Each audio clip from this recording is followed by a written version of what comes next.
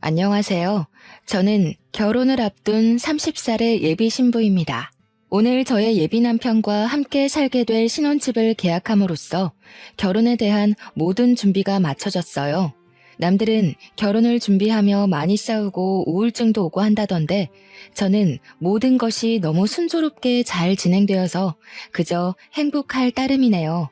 아무 고민 걱정 없는 제가 이렇게 사연을 보내게 된 이유는 제 옆에 있는 현재 예비 남편이 아닌 2년 전에 만났던 이전 예비 남편에 관한 이야기를 하기 위해서입니다. 사실 저는 2년 전에 결혼까지 약속한 사람이 있었어요. 그 당시에는 정말 내 인생의 마지막 남자라 생각하고 만났는데 결국에는 그 사람에게 어이없이 파혼당하고 헤어졌네요. 헤어지고 나서는 좀 힘들기는 했지만 지금 보면 그 사람과 헤어져서 더 좋은 남자를 만날 수 있게 된 것 같아요.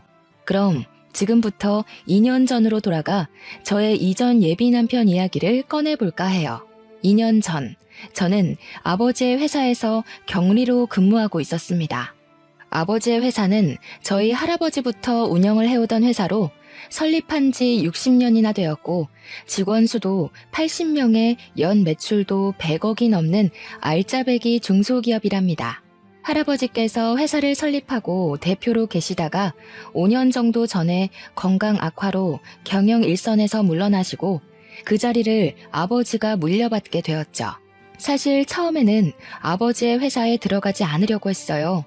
왜냐면 아버지의 회사는 화학 관련 회사인데 저는 이쪽은 아예 관심도 없고 전혀 모르는 데다가 회사보다는 사회복지 쪽에 관심이 더 많았거든요.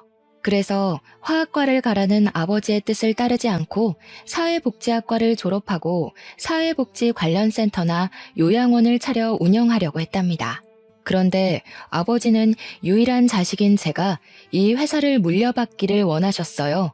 하지만 제가 계속 싫다고 하자 그럼 아버지는 딱 3년만 회사에서 일을 해보고 정말 아니라고 생각되면 그때 제가 하고 싶은 대로 하라고 하셨습니다.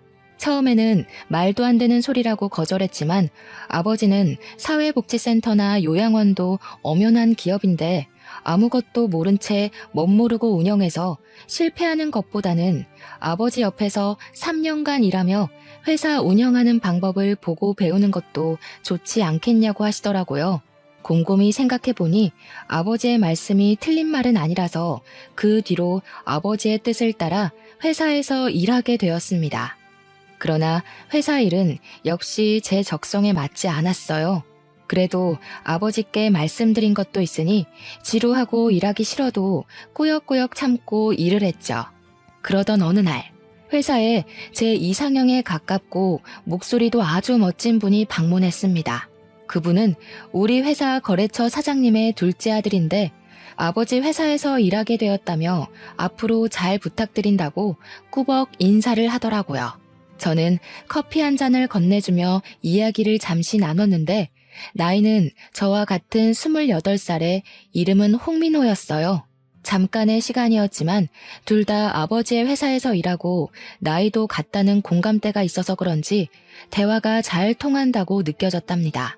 그 뒤로 회사 업무를 핑계로 몇 번 통화도 하고 만나서 이야기도 나누면서 친분을 서서히 쌓아갔고 그렇게 몇 달이 지나 우리는 연인이 되었어요. 연애만 할 때는 그저 행복했습니다. 제가 평소에 꿈꿔왔던 이상형이었고 목소리가 너무 멋지고 무엇보다 항상 자신의 의견보다 제 의견을 우선시해 주었거든요. 저는 이 사람과 결혼하면 평생 행복하게 살 수 있을 것 같다는 확신이 들었고 연인 사이가 된 지 6개월 만에 정식으로 부모님께 인사를 드리자고 했습니다. 예비 남편도 저의 생각에 동의해서 먼저 이번 주말에는 우리 집에 먼저 인사를 드리고 다음 주말에 예비 남편의 집에 인사를 드리기로 했어요. 예비 남편이 우리 집에 오기로 한 날 아침이 밝았어요. 우리 엄마는 제가 집에 남자를 데리고 온다고 하자 아주 많이 반가워하시며 새벽부터 일어나 이것저것 음식을 장만하셨습니다.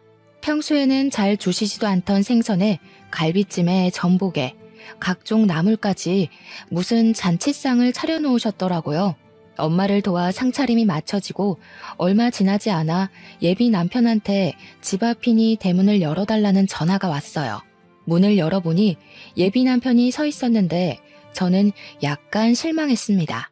저희 부모님은 친구의 집에 처음 방문할 때에는 작은 음료수나 과자라도 사들고 가는 것이 예의라고 알려주셨는데 예비 남편은 빈손으로 왔더라고요.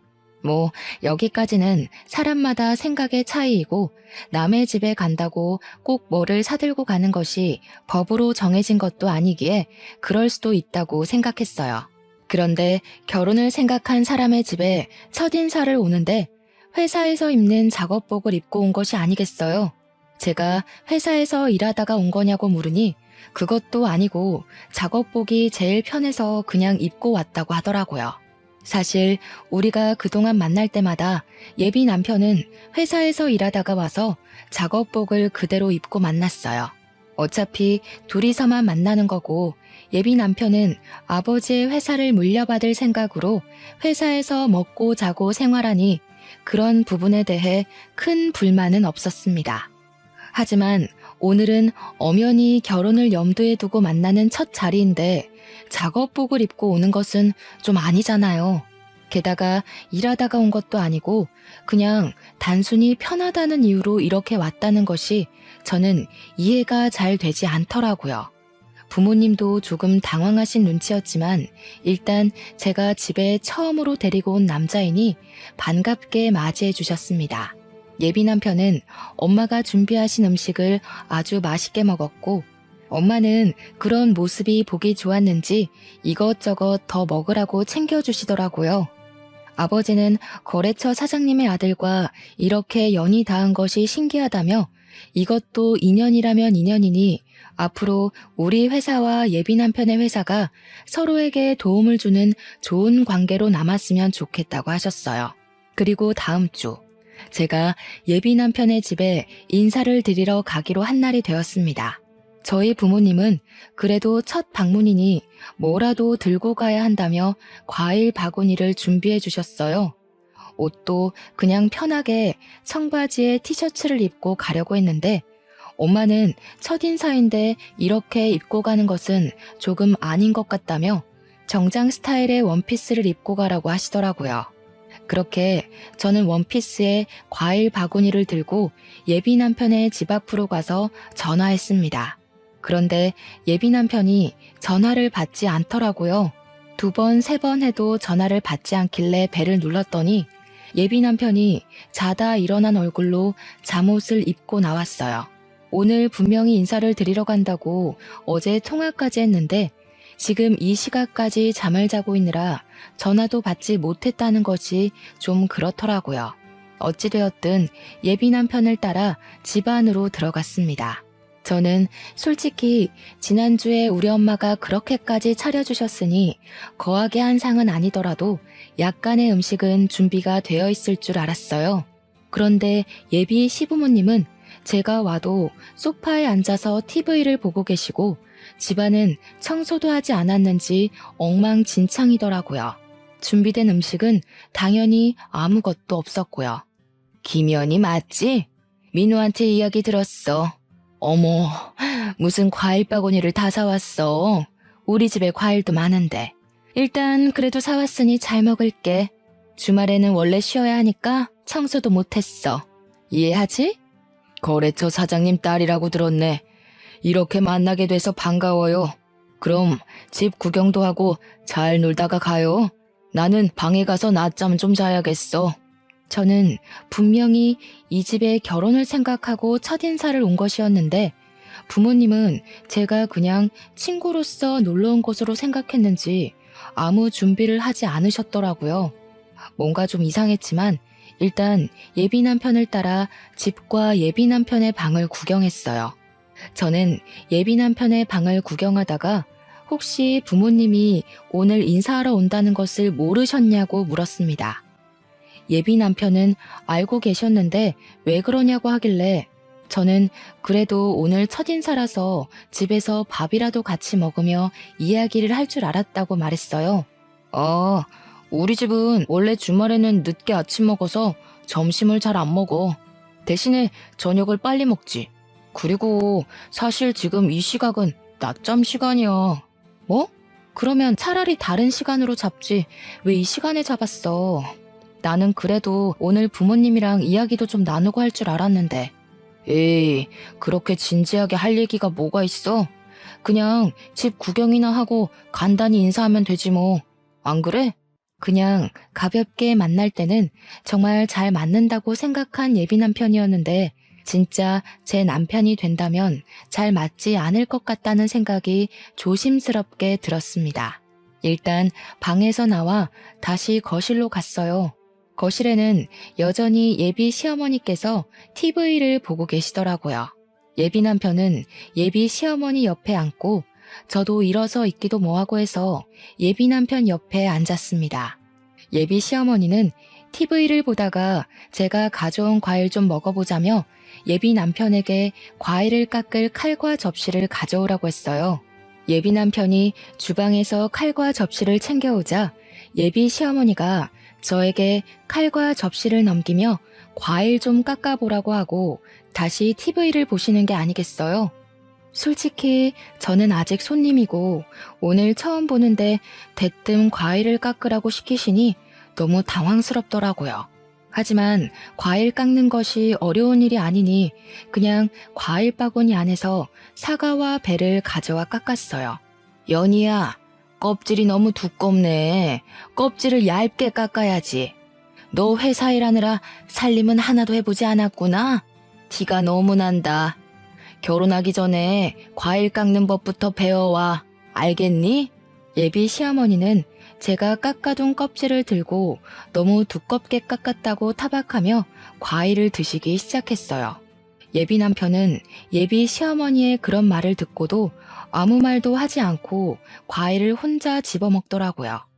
솔직히 우리 집에서는 예비 남편 온다고 상다리 휘어지게 잔치상을 차려 대접했는데 여기서는 물 한 잔도 받아 먹지 못하고 이렇게 과일이나 깎고 있으며 타박까지 듣는 것이 화가 났어요. 그래도 처음 뵙는 자리인데 굳이 소란을 만들고 싶지는 않아서 그냥 꾹 참고 있었습니다. 그런데 너네는 결혼하면 엄마한테 용돈 얼마 줄 거야? 연희 너희 회사는 꽤 크니까 부모님 도움 많이 받을 수 있지 않아? 나중에 연희 네가 회사 물려받을 수도 있고 말이야. 저는 아버지 회사에는 관심 없어요. 지금은 3년만 회사에 다녀보라고 하셔서 그냥 다니고 있는 거예요. 그리고 저는 결혼할 때 친정의 도움 없이 제 힘으로 결혼을 하고 싶어요. 그래? 그럼 뭐 많이 모았어? 할아버지께서 저 20살 때 성인 된 기념으로 주신 제 명의 아파트 하나 있고 어릴 때부터 돈 모으고 투자도 하고 해서 결혼을 준비할 정도의 돈은 있어요. 아파트가 있어? 그럼 네 아파트에서 너희 신혼살림 꾸리면 되겠다. 참, 요새 내 주변에 며느리 본 사람들 이야기 들어보니까 며느리들이 시댁에 한 달에 100만 원씩 용돈 준다더라. 자산이 그 정도나 있으면 너희도 한 달에 용돈 100만 원 가능하겠다. 우리 민호가 여자는 기막히게 잘 골라왔네. 엄마, 당연하지. 연희도 회사 계속 다니고 나도 아버지 밑에서 일하면 그 정도는 가능하지 않겠어? 연희야, 그치? 저는 솔직히 아버지 회사 3년만 다니고 관두고 제 갈 길을 갈 것이고 제 명의 아파트는 여기서 먼 서울이라 거기서 신혼살림을 꾸릴 생각 없습니다. 그리고 시부모님 용돈은 아직 생각을 해보지는 않았지만 한 달에 100만 원은 조금 과한 것 같다는 생각이 드네요.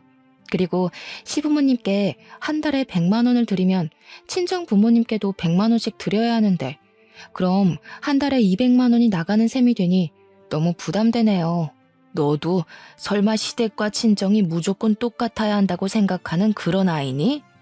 어차피 친정은 회사도 엄청나게 잘 되고 돈도 많은데 굳이 용돈을 왜 드려? 그리고 아파트가 회사가 멀어서 그곳에서 신혼집 못 꾸리겠으면 그 집 팔면 되잖아. 그 팔고 난 돈으로 이 근처에다가 신혼집 얻어서 살면 되지. 그러면 빚도 생기지 않고 딱 좋네. 그치?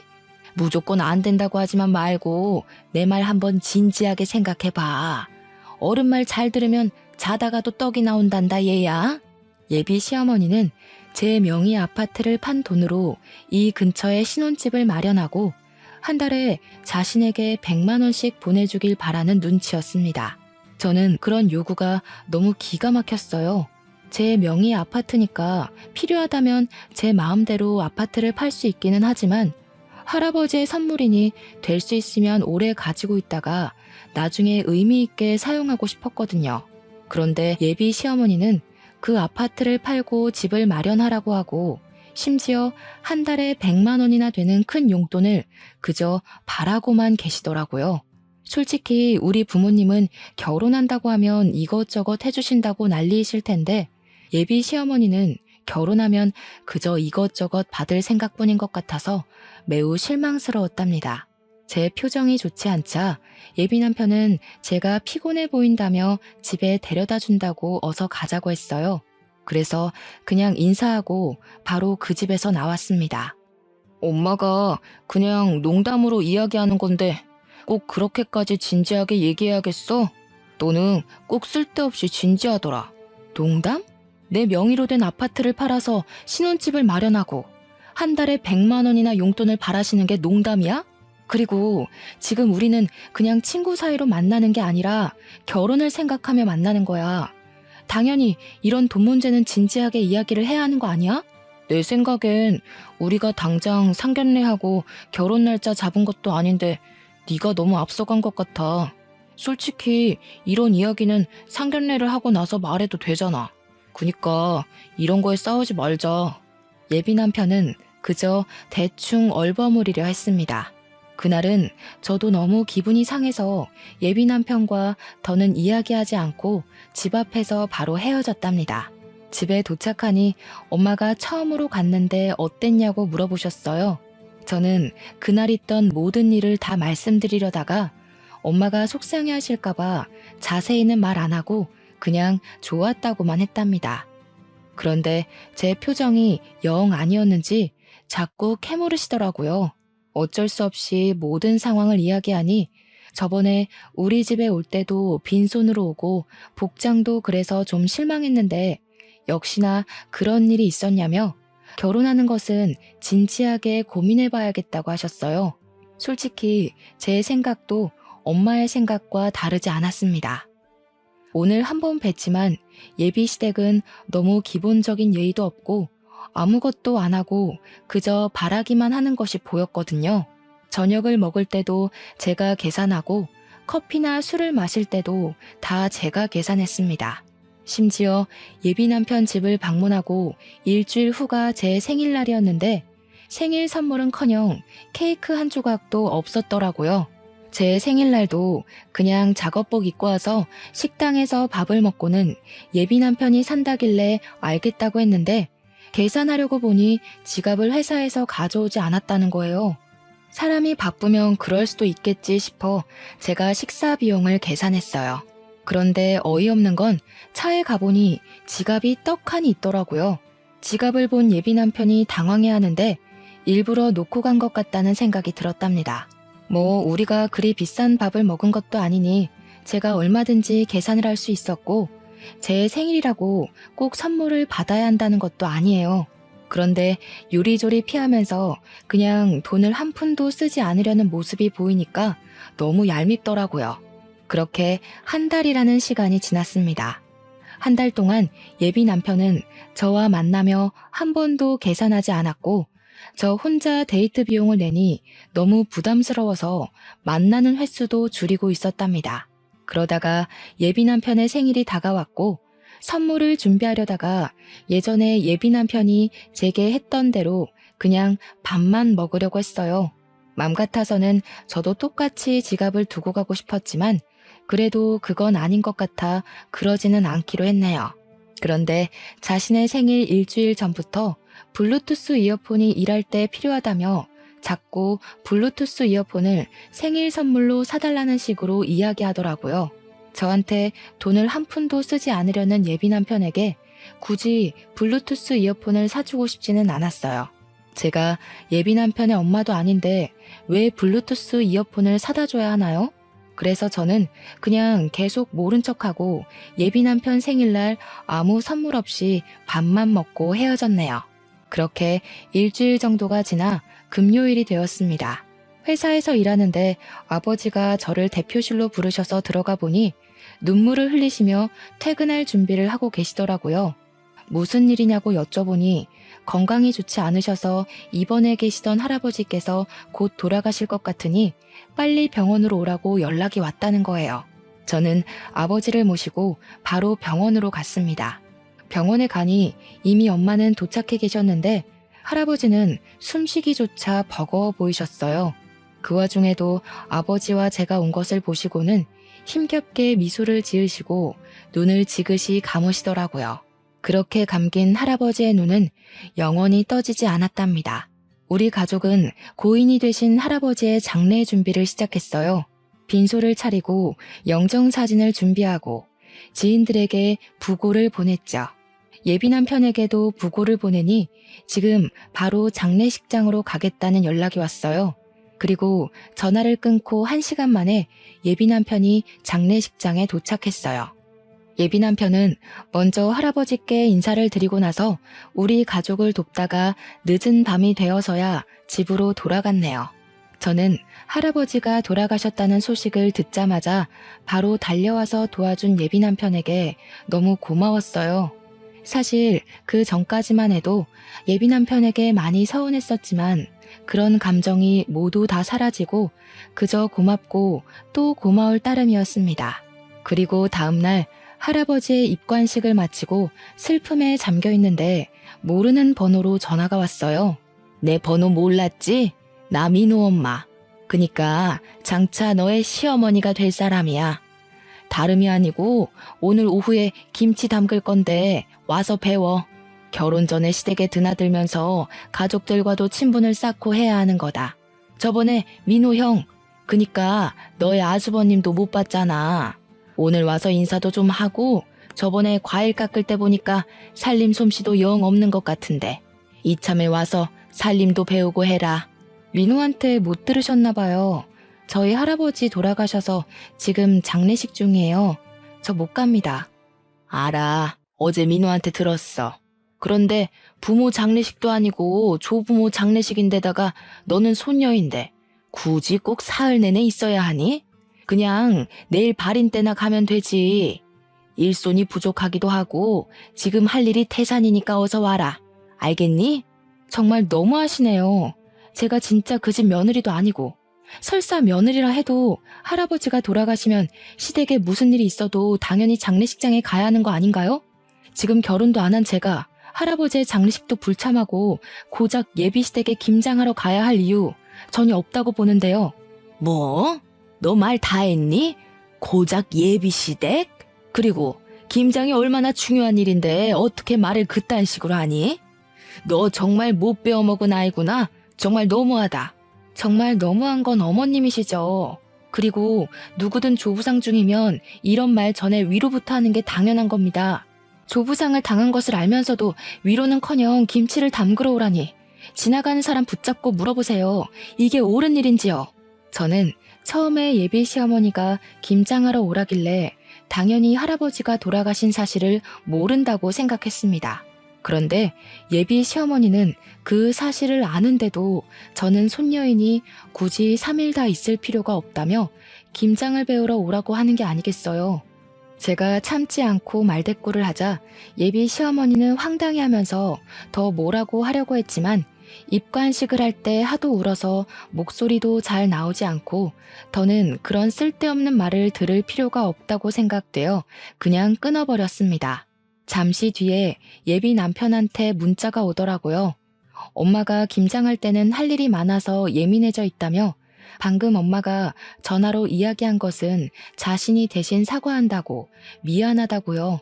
저는 뭐라고 더 따지려다가 장례식 중이라 싸울 기운도 없고 장례식 둘째 날이 토요일이라 손님이 많이 계셔서 그냥 알겠다고 답장하고 말았네요. 그리고 셋째 날 새벽부터 예비 남편이 왔더라고요. 할아버지의 발이 나는 것을 지켜보고 우리 가족이 울고 있으니 손수건을 가져다 주기도 하고 다들 밥을 먹지 못하고 있으니 율무차를 뽑아오는 등 알뜰살뜰히 우리 가족을 챙겨주었습니다. 전날 김장하느라 예비 남편도 힘들었을 텐데 새벽부터 와서 함께 해주니 너무 고마웠어요. 예비 남편이 잠깐 자리를 비웠을 때 엄마는 처음에 사람이 영 아닌 것 같았는데 다시 보니 오해한 것 같다고 하셨어요. 저 역시 할아버지의 장례식을 통해 예비 남편이 다시 보였답니다. 모든 장례를 마치고 아버지도 너무 고맙다며 조만간에 크게 밥 한 번 사겠다고 약속하셨어요. 그 후로 부모님은 예비 남편에게 밥을 사줘야 하니 약속을 잡으라고 했지만 예비 남편의 회사 일이 갑자기 바빠지는 바람에 그 뒤로 밥은커녕 데이트도 제대로 못했네요. 시간이 흘러 설날이 다가왔어요. 우리 가족은 명절이 되면 평소에 바빠서 가지 못했던 여행을 가요. 연휴가 길면 해외로 가기도 하는데 이번에는 연휴가 짧아서 제주도로 여행을 가기로 계획하고 이 사실을 예비 남편에게도 이야기했습니다. 제주도? 그럼 설날에 우리 집 못 와? 당연히 못 가지. 그리고 우리가 아직 결혼도 안 했고 날짜를 확실히 잡은 것도 아닌데 아직 연휴라고 가는 건 좀 그렇지. 안 그래? 우리 집은 당연히 네가 명절 때 와서 음식도 장만하고 차례상도 같이 준비한다고 생각했는데 어차피 매년 갔던 여행인데 이번 여행은 너만 빠지고 우리 집에 와서 자고 가면 안 되나? 이미 비행기 표까지 다 예약했는데 어떻게 그래? 그리고 내가 명절 때 너네 집 가면 너는 우리 집에 올 거야? 너네 집은 제주도 간다며. 그니까 가봤자 의미가 없지. 될 수 있으면 빠져봐. 이번에 우리 엄마 허리 디스크 와서 음식도 못 하신단 말이야. 너라도 와서 좀 도와드려. 그래야 너도 점수도 따고 하지. 안 돼, 못 빠져. 그리고 어머니가 허리 디스크가 오셔서 음식을 못 하시면 아들인 너랑 형이 도와야지 왜 나한테 와서 도우라고 해? 난 좀 이해가 되지 않네. 우리 어차피 결혼할 사이 아니야? 그럼 집안일 있으면 서로 돕고 하는 거지. 그래서 저번에 너네 할아버지 장례식 때도 내가 가서 도왔잖아. 그럼 너도 당연히 한 번은 도와야 하는 거 아니야? 그래. 네가 할아버지 장례식 때 와서 옆에서 챙겨준 거는 너무 고맙게 생각하고 있어. 그 부분은 네가 시간적 여유가 있을 때 크게 밥 한 번 살게. 그런데 아무리 그래도 아직 결혼식 날짜도 잡지 않았고 상견례도 하지 않았는데 명절이라고 가서 음식 장만하는 건 아직은 아닌 것 같아. 예전에 너 말 맞다 나 상견례하고 결혼 날짜 잡은 것도 아닌데 네가 너무 앞서간 것 같아. 거참 말 섭섭하게 하네. 그럼 나랑 뭐 결혼 안 하겠다는 거야? 그게 아니고 아직 결혼한 것도 아니고 상견례도 안 한 이 마당에 벌써 너네 집에 가서 며느리 노릇을 하는 건 아닌 것 같다고. 어차피 결혼하면 앞으로는 친정에서 이렇게 시간 보내지도 못할 텐데 결혼 전엔 우리 가족끼리 시간을 보내는 편이 더 좋을 것 같아. 일단 너의 뜻이 뭔지 알았어. 그럼 엄마한테는 그냥 여행을 간다는 말 안 하고 친척 집에 간다고 할게. 왜 굳이 그렇게 거짓말해? 그냥 여행을 간다고 해. 내가 뭐 친구들이랑 가겠다는 것도 아니고 매년 해왔던 것처럼 가족끼리 여행 가겠다는데 꼭 그게 그렇게 잘못된 거야? 매년 해왔다 해도 그렇지. 예비 며느리가 시댁에 와서 일은 하지 않고 여행을 간다는데 그걸 반길 시부모가 어딨겠어? 글쎄, 나는 굳이 거짓말을 왜 해야 하는지 잘 모르겠네. 난 솔직히 이런 거로 우리가 다투는 것도 이해가 안 가. 그리고 예비 며느리? 우리가 뭐 결혼식 날짜라도 잡았니? 상견례라도 했어? 저와 예비 남편은 서로의 생각을 전혀 이해하지 못했어요. 그렇게 시간이 흘러 설 연휴가 시작되어 우리는 계획대로 제주도로 떠났습니다. 제주도 숙소에 도착해서 짐을 풀고 있는데 예비 시어머니한테 전화가 왔어요. 나다. 너 가족끼리 제주도 갔다며? 결혼을 생각하면 당연히 시댁에 와서 살림도 배우고 같이 음식 장만도 하고 어른들께 인사도 해야 하는 거 아니냐? 저번에 김장 때는 할아버지 돌아가셨다고 못 온다더니 이번에는 명절인데도 여행을 간다고 못 와? 이게 말이나 되는 소리니? 이번에는 너도 있으니 음식도 많이 하려고 재료도 많이 준비했는데 이 모든 것을 나 혼자 해야 한다니 정말 막막하구나. 제가 민호한테도 이야기했는데 저는 사실 상견례도 하지 않은 제가 굳이 명절이라고 시댁에 가서 음식을 해야 한다는 게 도무지 이해가 되지 않네요. 그리고 음식 장만할 사람이 필요하면 그 집에 아버지도 계시고 아들도 2명이나 있는데 넷이서 오손도손하게 앉아서 하면 되지. 꼭 제가 필요한가요? 무슨 제가 조리사도 아니고 말이에요. 이게 말이면 다인 줄 아나? 너네 부모가 그따위로 가르쳤니? 예비 시어머니가 버럭 소리를 지르는데 그 소리가 얼마나 큰지 옆에 있던 엄마가 다 듣고 모든 상황을 알게 되었답니다. 엄마는 예비 시어머니의 이런 황당한 요구에 화가 단단히 나셔서 저의 핸드폰을 뺏고 스피커로 어머니와 통화를 하셨어요. 저 연희 엄마 되는 사람입니다. 연희 아직 결혼도 하지 않았는데 김장이 웬 말이며 명절이라고 오라는 건 무슨 경우예요? 막말로 대개 아드님이 결혼 전부터 우리 집에 불려오면 좋겠습니까? 예비 며느리도 엄연히 며느리입니다. 앞으로 우리 집에 사람이 될 텐데 와서 살림도 배우고 가풍도 배우고 해야지요. 그리고 사위랑 며느리는 달라요. 며느리는 시댁에 뼈를 묻어야 하는 사람이에요. 사위는 백년손님, 며느리는 출가외인도 모르세요? 무슨 조선시대에서 오셨어요? 지금 시대가 어느 시대인데 아직도 출가외인 타령이세요. 우리 집 귀한 딸 연희 그런 집으로 시집 못 보냅니다. 그쪽이 대개 아드님 귀하게 키운 것처럼 저도 우리 연희 쥐면 부서질까 불면 날아갈까 애지중지 키웠습니다.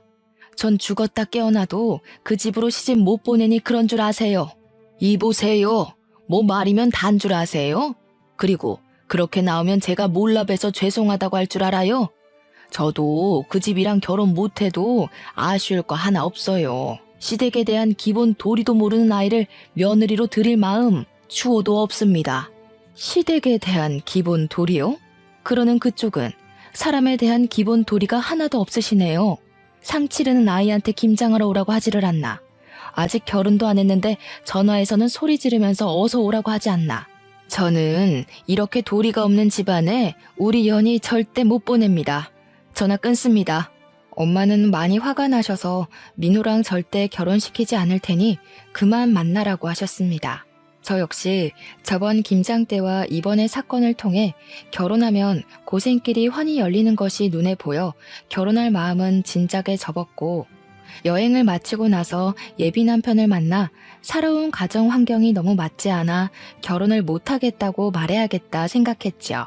그래도 일단 시간을 내서 제주도에 왔으니 맛있는 음식도 먹고 재미있는 시간을 보냈습니다. 비록 바람이 불고 추워서 밖에서 놀지는 못했지만 가족끼리 숙소에서 알차게 시간을 보내고 다시 집으로 왔네요. 여행을 마치고 집으로 돌아와서 예비 남편에게 전화했는데 받지 않더라고요. 문자와 카톡을 남겨도 읽지도 않고 답장도 없었어요. 그 다음 날도 그 다음 날도 예비 남편은 연락이 되지 않았습니다. 집으로 찾아갈까 했지만 뭐 지금 서로 애틋해서 하루라도 못 보면 죽겠는 사이도 아니고 헤어지자고 말하려는 판에 굳이 집 앞까지 찾아가고 싶지는 않더라고요.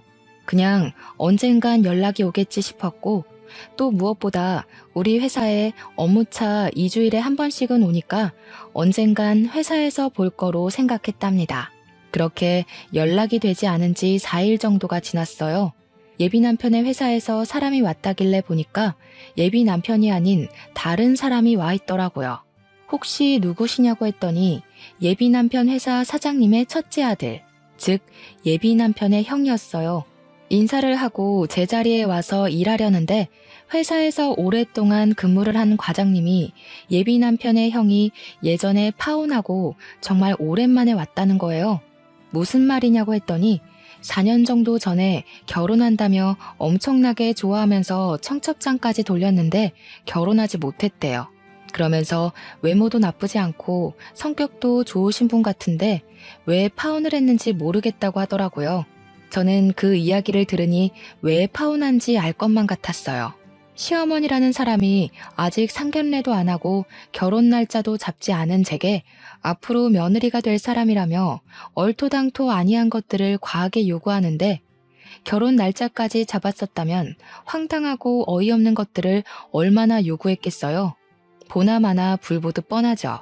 형님이 성격이 좋아도 시어머니 자리가 그 모양인데 어떻게 결혼까지 할 수 있었겠습니까? 저는 형님과 결혼하려고 했던 그 여자분의 마음이 100번, 1000번 이해가 가더라고요. 그렇게 한 달 정도가 지났지만 여전히 예비 남편은 연락도 문자도 없었어요. 물론 우리 회사에도 오지 않았고요. 연락이 없는지 2달 정도 되었을 때 집에서 쉬고 있는데 아버지가 아직도 민호와 만나고 있냐고 물어보셨습니다. 그래서 솔직히 제주도에 다녀온 이후로 연락이 두절돼서 만나고 있지는 않은데 따로 집에 가서 기다리기도 싫고 해서 그냥 연락 없이 지내고 있다고 했어요. 10살짜리 애들도 아니고 결혼까지 생각했다가 헤어질 마음이 있으면 만나서 이야기하고 제대로 끝내야지. 일방적으로 연락을 끊는 건 무슨 경우라니? 아들이나 그 아버지나 정정당당하지 못한 것은 똑같구나. 사실 민호네 회사에서 우리 회사 제품이 좋지 않은 것처럼 거짓말을 하며 악의적으로 허위 사실을 유포했단다. 내가 알아보니 거기 사장, 그러니까 민호의 아버지가 그런 짓을 벌인 것 같아. 그래서 요새 회사 매출이 떨어진 거예요? 보니까 거래처에서 연락도 많이 안 오고 거래량도 많이 줄었더라고요. 그래. 그래서 거래처 사장들한테 일일이 다 전화해서 오해라고 말하고는 있는데 일단 너는 지금 헤어진 것이 맞는 거지? 마음 같아서는 경찰에 허위사실 유포죄로 고소해버리고 싶지만 경찰서 들락날락하는 것도 번거로운 일이니 그렇게까지는 않고 그냥 너와 민호와 있던 일들 거래처에 이야기하며 인성이 좋지 않은 집안이라고 거래처들에 말하고 싶은데 그래도 되겠니? 네, 전 그래도 상관없어요. 그냥 그렇게 꼭 해주세요. 그런 집은 절대로 잘 되면 안 돼요. 그 후로 아버지는 거래처 사장님들께 예비 남편과 저의 이야기를 다 퍼뜨렸습니다. 그랬더니 거래처 사장님들은 예비 남편의 회사가 경영도 아주 더럽게 하고 인성도 별로라며 하나 둘씩 예비 남편의 회사와 거래를 끊겠다고 했답니다. 결국 예비 남편의 회사는 매출이 없어 회사가 문을 닫았고 이렇게 회사가 망하고 나니 그제야 예비 남편에게 전화가 왔어요. 야, 너네 아버지 때문에 우리 회사 다 망했잖아. 이게 지금 뭐 하는 짓이야, 치사하게. 오랜만이네. 몇 달 만에 연락했으면 최소한 그동안 잘 지냈냐고 안부 인사 먼저 하는 게 예의 아니니? 먼저 치사하게 나온 쪽이 누군데 우리한테 난리야? 우리 아버지가 무슨 근거 없는 이야기 했니? 우리는 실제 사실을 이야기한 것 뿐이야. 그리고 너는 애도 아니고 헤어진다고 잠수를 타냐? 나 참 어이가 없어서. 아니다. 기본적인 예의도 모르고 바라는 것만 많은 너네 집이랑 시작 전에 이렇게 헤어지는 게 다행이지. 아무래도 우리 집 조상신이 나를 구해준 것 같네. 뭐? 너 어떻게 말을 그따위로 해? 제정신이야? 아무리 그래도 우리 결혼을 생각하고 진지하게 만났던 사이였어. 그래, 우리 결혼을 생각한 사이였지. 그런데 너는 그렇게 잠수 타냐? 지금 우리 거의 3달 만에 연락한 건 알고 있지? 우리가 정말 진지하게 만남을 생각했다면 이렇게 오랫동안 잠적했겠어? 우리는 이제 결혼을 앞뒀던 사이가 아니라 원수보다도 못한 사이가 된 거야. 알겠니? 더는 너랑 내가 할 얘기 없을 것 같은데 끊는다. 차마 잘 지내라는 말은 못하겠다. 안녕. 저는 마지막으로 하고 싶던 말 다 쏟아내고 끊어버렸고 그 뒤로 연락이 오지 않았습니다. 이렇게 저는 파혼했네요. 그 뒤로 한동안은 뭔가 마음이 허해서 회사 일과 공부에만 미쳐서 살았어요. 그 결과 회사에서도 인정받고 컴퓨터 관련 자격증도 따고 영어 실력도 향상되었죠. 그렇게 살다가 회사에서 좋은 대리님을 만났고 그분은 저의 진짜 예비 남편이 되어 결혼을 앞두고 있답니다. 물론 파혼을 한 저의 사연도 다 말했는데 제 상황을 누구보다 안타까워했고 이해해 주었어요. 게다가 제 진짜 시부모님이 되실 분들은 너무 인자하시고 집에 방문하면 하나라도 더 챙겨주시려고 하세요. 정말 저를 딸처럼 생각하시는 것이 눈에 보여서 너무 감사한 마음으로 행복하게 결혼 준비를 하고 있답니다. 연애와 관련된 말 중에 똥차가 가고 벤츠가 온다라는 말 있죠? 아마 한 번쯤은 다들 들어보셨을 텐데 저는 사실 이 말을 싫어했어요. 본인 스스로 벤츠를 살 수 있는 능력을 키우면 되는데 아무것도 하지 않고 벤츠처럼 좋은 남자가 오기만을 기다리는 것 같았거든요.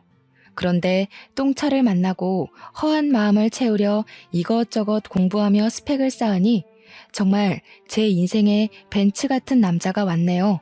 2년 전 파혼을 겪으면서 한때는 정말 우울하기도 했는데 그래도 지금 생각하면 그때 많이 배우고 내면적으로 성장하게 된 계기가 된 것 같아요.